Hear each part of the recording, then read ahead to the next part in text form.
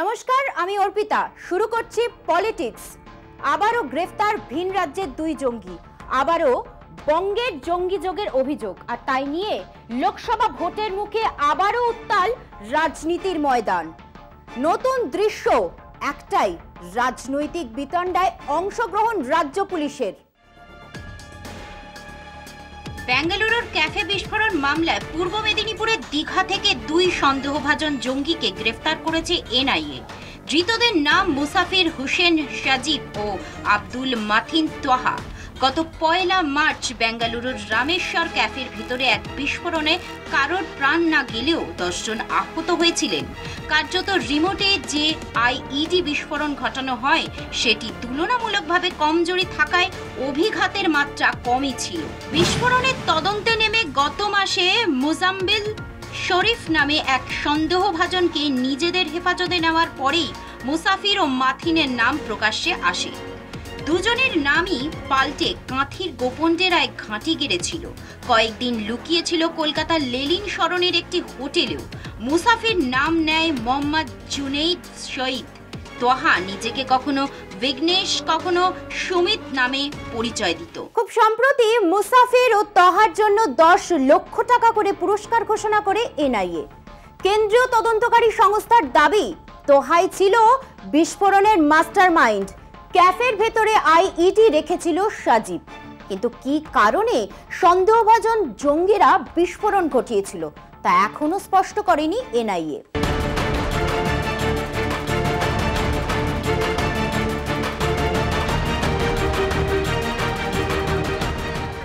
বঙ্গের বুকে এনআইএর হাতে দুই সন্দেহভাজন জঙ্গির খবর জানাজানি হতেই রাজনীতির ময়দানে নেমে পড়ে বিজেপি। গেরুয়া শিবিরের আইটি সেলের প্রধান অমিত মালব্য নিজের এক্স হ্যান্ডেলে রাজ্য সরকারকে নিশানা করে পশ্চিমবঙ্গ জঙ্গিদের স্বর্গরাজ্য বলে মন্তব্য করেন।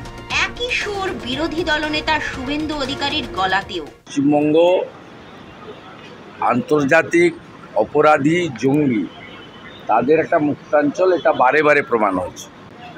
মানে রাষ্ট্র বিরোধী একটি রাজ্য সরকার থাকার জন্য তাদের পুলিশকে কার্যত পার্টির ক্যাডারে পরিণত করে পুলিশের যে নিজস্ব ফাংশনিং আছে সেটা করতে না দেওয়ার কারণে পশ্চিমবঙ্গের আজকে এই অবস্থা হয়েছে। অমিতের পাল্টা টুইট করেন তৃণমূল নেতা কুণাল ঘোষ। সেখানে জঙ্গি গ্রেফতারিতে এনআইএর পাশাপাশি রাজ্য পুলিশকে বাহবা দেন তিনি। জঙ্গি দমনের রাজ্য সরকারও যে এই একই রকম সক্রিয় তারই ইঙ্গিত কুণালের এক্স হ্যান্ডেলে। একই সুরে একই বক্তব্য তৃণমূলের মুখপাত্র অরূপ চক্রবর্তীরও। সাই প্রসাদকে বেঙ্গালুরু থেকে গ্রেফতার করে এনআইএ। সেই নাম পাওয়ার পর এনআইএ যখন পশ্চিমবঙ্গের পুলিশের সাথে আলোচনা করে, পশ্চিমবঙ্গ পুলিশ ইনফর্ম করে, পশ্চিমবঙ্গ পুলিশের সহযোগিতায় এনআইএ তাদেরকে গ্রেফতার করে। সুতরাং পশ্চিমবঙ্গ পুলিশের সহযোগিতায় এনআইএ এই কাজে সাফল্য লাভ করেছে এবং এই বিস্ফোরণের অভিযোগে অভিযুক্ত প্রথম এবং প্রধান অভিযুক্ত হচ্ছে বিজেপি কর্মী। তাহলে বুঝতে অসুবিধা থাকতো যে প্লটটা কি জন্য চিত্রনাট্যটা তৈরি হচ্ছে। কুণালের বক্তব্যের সমর্থন মেলে রাজ্য পুলিশের এক্স হ্যান্ডেলেও। সেখানে অমিত মাল্যব্যর দাবি উড়িয়ে দিলেও বিষয়টিকে চূড়ান্ত মিথ্যাচার বলে অভিহিত করে রাজ্য পুলিশ। পরে সাংবাদিক বৈঠক করেন পূর্ব মেদিনীপুরের পুলিশ সুপারও। এটা একটা জয়েন্ট অপারেশন পশ্চিমবঙ্গ পুলিশ এবং সেন্ট্রাল ইন্টেলিজেন্স এজেন্সির একসাথে করেছে এবং যে মুহূর্তে আমাদের কাছে তথ্য পৌঁছেছে তার 2 ঘন্টার মধ্যেই সমস্ত রকম ওয়ার্কআউট করে যে দুজন অভিযুক্ত ছিল তাদের গ্রেফতার করার যে সাফল্য আমরা পেয়েছি। তবে রাজনৈতিক আকচাকচিতে পুলিশের অংশ নেওয়ার ঘটনা এই প্রথম বলেই মনে করছেন অভিজ্ঞ প্রশাসনিক কর্তাদের একাংশ। পুলিশ নিজের কাজ করে, রাজনীতির কারবারিরা তা নিয়ে নিজের মতো করে যুক্তি সাজায়। এটাই ছিল দস্তুর। তাহলে কি এতদিনকার প্রথায় ছেদ পড়ল? উঠেছে প্রশ্ন। এখন সময় একটা বিরতি, ফিরছি একটু পরেই, সঙ্গে থাকুন।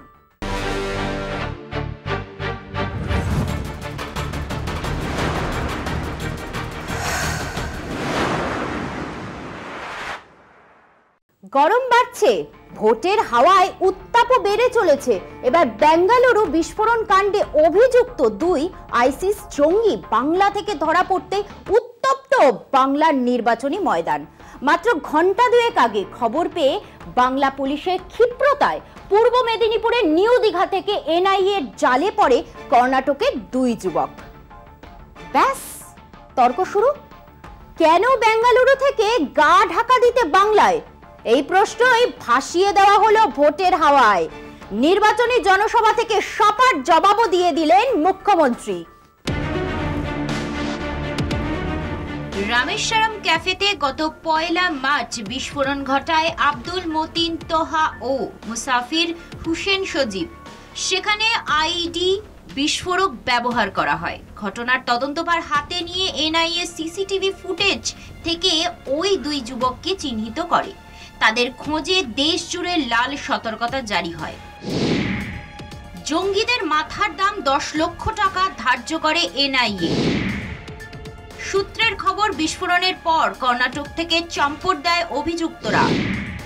তেলেঙ্গানা, কেরল হয়ে বাংলায় মাথা গুঁজতে চেয়েছিল 2 জঙ্গি, কিন্তু শেষ রক্ষা হলো না জঙ্গিদের। মুখ্যমন্ত্রী মমতা বন্দ্যোপাধ্যায় স্বয়ং রাজ্যের পুলিশ মন্ত্রীও বটে। তার দাবি, বাংলার পুলিশ জঙ্গি পাকড়াও করতে সক্রিয় ভূমিকা নিয়েছিল। রাজ্যের সহযোগিতায় কোনো খামতি ছিল না, অর্থাৎ কেন্দ্র ও রাজ্যের যৌথ অভিযানে এই সাফল্য। কিন্তু কে শোনে কার কথা? যুক্তি বিচার যেখানে শেষ, সেখান থেকেই শুরু রাজনৈতিক চর্চা। ভোটের ময়দানে সেটাই দস্তুর। তাই বাংলায় জঙ্গি যোগ নিয়ে হাওয়া আরো গরম করতে চাইছে পদ্ম শিবির। পাছে বিভ্রান্তি ছড়ায় বিজেপির একতরফা প্রচারে। তাই কালক্ষেপ করেননি মমতা। উত্তরবঙ্গের নির্বাচনী প্রচার সভাতেই মুখ্যমন্ত্রী কার্যত জল ঢেলে দিলেন বাংলার সঙ্গে জঙ্গি যোগের রাজনৈতিক জল্পনায়। এখন আরো একটা বিরতি, ফিরছি একটু পরেই।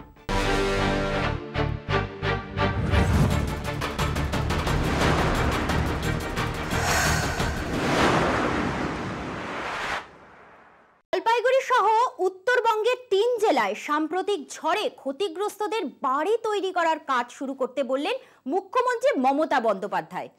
আজ কোচবিহারে নির্বাচনী জনসভায় মুখ্যমন্ত্রী বলেন, টাকা আমরাই দেব। তবুও নির্বাচন কমিশন ভেঙে পড়া বাড়ি তৈরির অনুমতি দিচ্ছে না। আমার বিরুদ্ধে কেস করলে করবে। গরিব মানুষের জন্য কাজ করতে পারায় আমি গর্বিত। আপনারা কাজ শুরু করুন। মুখ্যমন্ত্রী সাফ জানিয়ে দিলেন, নির্বাচন কমিশন অনুমতি না দিলেও অসহায় মানুষগুলি যেন বাড়ি তৈরির কাজে হাত লাগান। কমিশনকে তিনি বুঝে নেবেন।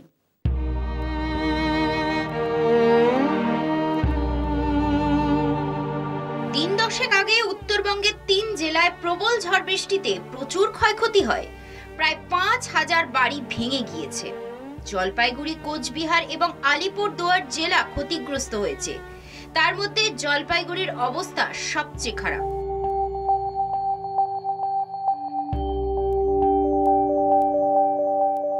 রাজ্যের বিপর্যয় মোকাবিলা দফতর প্রাথমিকভাবে 20,000 টাকা করে দিয়েছে ক্ষতিগ্রস্তদের, কিন্তু আদর্শ নির্বাচনী আচরণবিধি চালু হয়ে যাওয়ায় রাজ্য সরকার সেভাবে ক্ষতিগ্রস্ত মানুষের পাশে দাঁড়াতে পারছে না।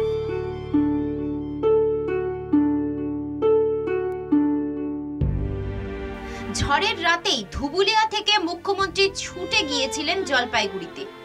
মাঝরাতে তিনি বিপর্যস্ত এলাকাগুলি পরিদর্শন করেন। হাসপাতালে গিয়ে জখমদের সঙ্গে কথা বলেন।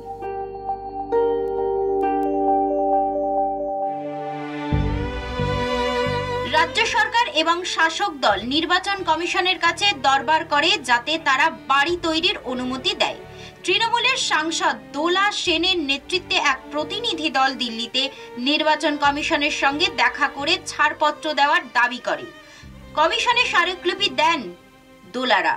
পরে তারা ধর্নাতেও বসেন কমিশনের সদর দফতরে। অভিষেক বলেন, কেন্দ্র তো 3 বছর ধরে আবাস যোজনার টাকা আটকে রেখেছে। রাজ্য সরকার নিজেরাই আবাস যোজনার টাকা দিচ্ছে। আমরা বলছি টাকা আমরাই দেব।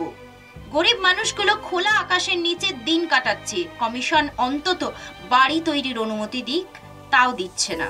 অভিষেকরা রাজ্যপাল সিভি আনন্দ বোসের কাছেও এই একই দাবি করেন, কিন্তু কমিশন রাজ্য সরকারকে জানিয়ে দেয় এখন অনুমতি দেওয়া যাবে না। দুর্ভাগ্যবশত আপনাদের জানাতে বাধ্য হচ্ছি, আজকে দুপুরবেলা ইলেকশন কমিশনের তরফ থেকে রাজ্যকে জানিয়ে দেওয়া হয় যে নতুন বাড়ি তৈরির ক্ষেত্রে রাজ্যকে পারমিশন ইলেকশন কমিশন দিচ্ছে না।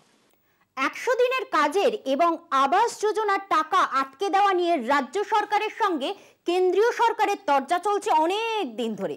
কেন্দ্রের দাবি রাজ্য সরকার হিসেব দেয়নি এবং দুর্নীতি হয়েছে, তাই টাকা আটকানো হয়েছে। রাজ্যের পাল্টা দাবি হিসেব দেওয়া হয়েছে, কেন্দ্রের টিম অনেকবার এসেছে তদন্ত করতে। 2-4টে ক্ষেত্রে দুর্নীতি হলে হাজার হাজার মানুষ কেন ভুগবে, প্রশ্ন রাজ্য সরকারের।